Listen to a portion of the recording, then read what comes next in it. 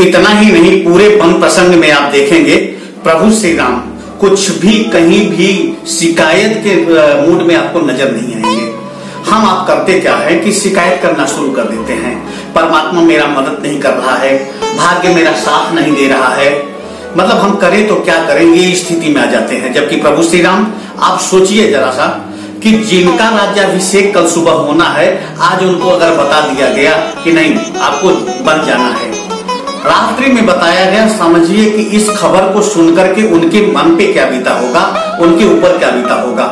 लेकिन प्रभु रंच मात्र भी इसमें दुखी नहीं होते हैं, कहीं भी दुखी होने के मतलब आभास भी नहीं करवाते किसी को। आप सोचिए कि सारी रात जागरण हुआ था, जिस समय यह संदेश उनको मिला सारी रात जागरण हुआ था और सुबह सुबह उनको निकलना है, यानी कि जरा सा भी यह मौका भी नहीं है कि शारीरिक रूप से भी उनको आराम मिल सके। क्या कह रहे हैं कि नहीं मुझे जाना है। और अच्छा एक ही देखिए, जाते समय साथ कौन दे रहा है, पत्नी और भाई, ये दो लोग भी तैयार हो जाते हैं। जीवन के अनेक घटनाओं में दो आपके साथ देते रहते हैं, हमेशा दो हमेशा साथ देते हैं। आपका खुद का धैर्य और आपका खुद का पुरुषार्थ। भार्या धैर्य की प्रतीक है। जब भी आप विचलित होते हैं, पथभ्रष्ट होते हैं, कहीं कुमार्ग जाते हैं, ये माँ के रूप में आपको संभालने का काम करती है। दूसरी चीज, आपका संबल वही है, ताकत वही है, फिर से नई स्फूर्ति पैदा करना। तो आप इसे समझिए कि आप में जो आत्मबल है वही आपका अर्धांगिन है।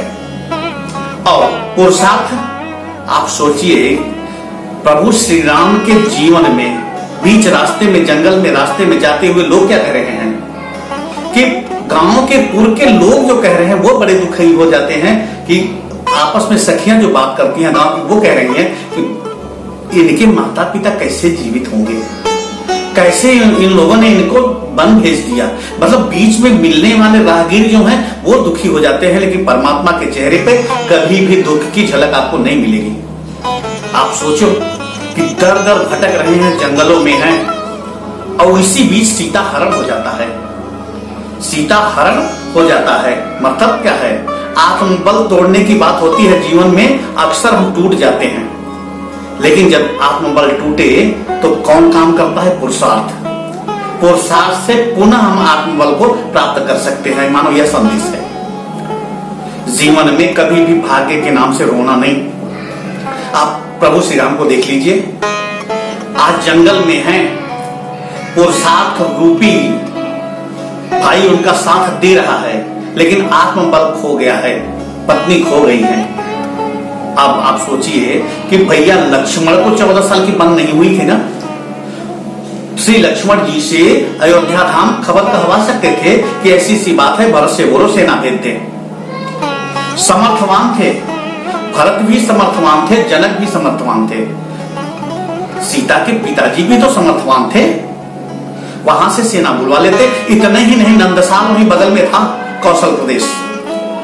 प्रभु श्री राम की ननिहाल नामन को बुलवा लेते, उनकी सेना मंगवा लेते, खोजने के काम में लगवा लेते। नहीं, ऐसा बिल्कुल नहीं, सोचते ही नहीं है। पुरुषार्थ कहते हैं ना कि हमारे दम पे सब सखा। विभीषण जी क्या करते, विभीषण जी को हमारे ऊपर छोड़ दीजिए ना, आप बैठिए आराम से, आप शरणागत में हैं तो बैठिए। मैंने पुरुषार्थ की पराकाष्ठा प्रभु श्री राम में आपको मिलेगा। यही हमारे जीवन का आधार है। रामचरितमानस हमें जीना सिखाती है, और प्रभु श्री राम के पथ हमें जो है अपने जीवन में आगे बढ़ने का एक मार्ग प्रशस्त करते हैं।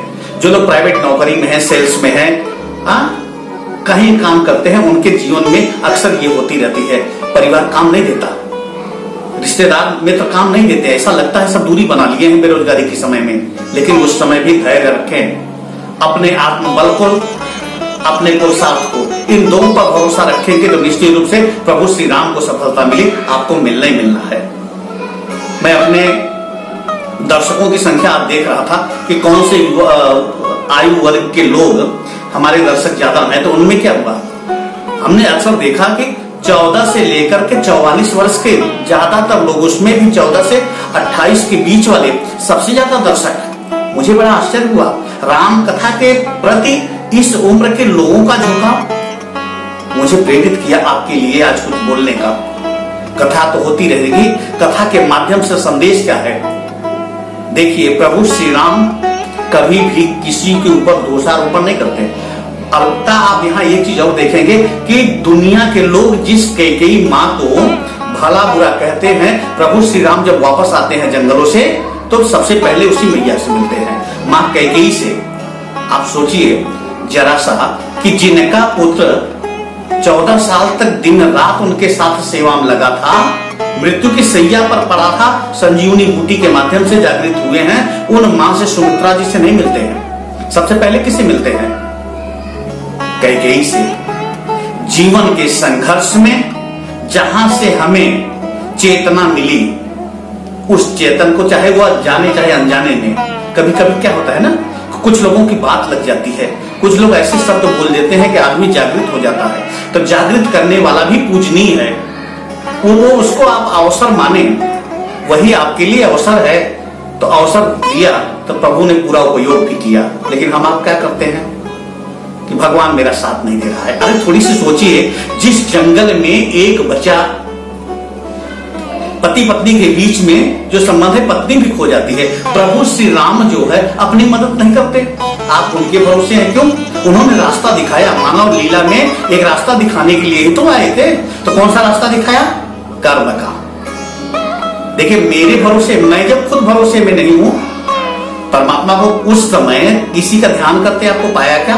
कि भूत भाव भोलेनाथ उनके जो आराध्य देव हैं, गुरु हैं, सब कुछ मानते हैं उनको, उनकी आराधना नहीं करते, उनकी सुमिरन नहीं करते, उनको नहीं सोचते प्रभु हम आपको पूरी जीवन जो है अपना समर्पित कर दी, ये मेरे क्या साथ क्या हो रहा? नहीं, परमात्मा विधाता जो कर रहा है वो कर रहा है, मुझे क्या करना है ये आपको सोचना पड़ेगा। जीवन में अनेक कठिनाई आएगी, कठिनाई ही रास्ता बनाती है। अवसर इसमें कहाँ है, तलाशना आपका काम है। और निराश बिल्कुल ना हो, हताश बिल्कुल ना हो। ऐसे आप समझिए कि मां भगवती उनके साथ नहीं है, और एक आसरा मिल गया है कि सुग्रीव जी ने कहा चलिए हम खुजवा देंगे। फिर भी प्रभु श्री राम क्या कहते हैं सुग्रीव जी को कि जाइए पहले अपना राज्य देखिए, और मैं चतुर्मास करूंगा, 4 माह इसी पर्वत पे रहूंगा बरसात के दिनों में। क्यों? मैया की खोज सुध लेने के लिए तो हनुमान जी को उसी दिन भेजा जा सकता है जिस दिन उनको यह मालूम हुआ कि इसी सभा में सुग्रीव जी कहते हैं हम लोग बैठे थे, विचार कर रहे थे, तब तक देखा ऊपर विमान से रावण लेके जा रहा था, और पहचान के लिए वो कुछ दिखाया भी, कुछ आभूषण भी दिखाया। तो हनुमान जी को तो उसी समय भेजा जा सकता था ना, लेकिन नहीं।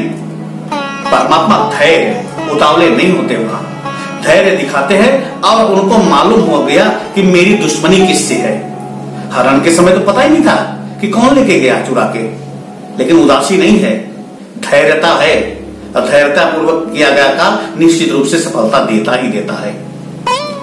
तो आप लोग जो कमेंट किए थे, हम युवा भाइयों के लिए कुछ बोला जाए, मार्गदर्शन किया जाए। देखिए, मानस के चौपाई, मानस के कथा प्रसंग के माध्यम से निश्चित रूप से अब आपको भी शामिल करूंगा। मेरे ध्यान में यह चीज नहीं था, अच्छा हुआ, आपका उपकार ही है कि आपने ध्यान इस तरफ से आकृष्ट किया। अपनी कथा में निश्चित रूप से कहीं न कहीं आप लोगों के संदर्भ में आपके विषय को निश्चित रूप से शामिल करूंगा। लेकिन एक ही है, धैर्य बिल्कुल न खोएं। कर्म पथ पर चलना आपका परम कर्तव्य है। लक्ष्य को पहचानना यह प्रमुखता है। लक्ष्य को पहचानिए और उसी पे बढ़िए। पीछे कौन क्या कह रहा है उसके बारे में बिल्कुल न सोचें। इसके बारे में बिल्कुल सोचना नहीं है, क्योंकि जो आप करने जा रहे हैं ना, सोचने वाले वार नहीं करने वाला है, उसको करना ही नहीं। एक छोटी सी बात पता है, एक अच्छा मूर्तिकार ने बहुत अच्छी मूर्ति बनाई, बीच शहर में लाके खड़ा कर दिया और एक तख्ती लगा दी, उसमें लिख दिया कि अगर मूर्ति में कहीं कोई कमी रह गई हो तो वहां निशान लगा दे। सुबह लगाया, शाम तक देखा तो मूर्ति के एक एक अंग में निशान लगा था, यहाँ ये कमी रह गई, यहाँ ये कमी रह गई। अगले दिन क्या हुआ, वो सारे निशान को मिटाया और फिर एक तख्ती लगाया कि भैया जहां कमी हो वहां सुधार हो। पूरा दिन बीत गया, 2 दिन बीत गया, एक भी व्यक्ति सुधारने के नाम पे नहीं आया। तो गलती निकालने वाले जानते हैं, उनसे जब पूछा गया भैया आपने ये कहा था, कहते भैया ये तो मैं बता सकता लेकिन मैं सुधार नहीं सकता। क्यों? उनके कहने पर आप क्यों फिर रास्ता बदल रहे हैं, जब जानते हैं वो इस काम के लायक नहीं है।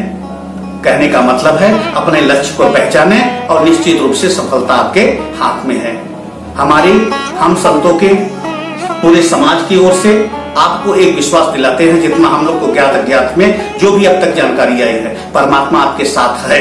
कभी भी अविश्वास ना करें, उनके बताए मार्ग पर चले, बस इतनी सी कृपा करें।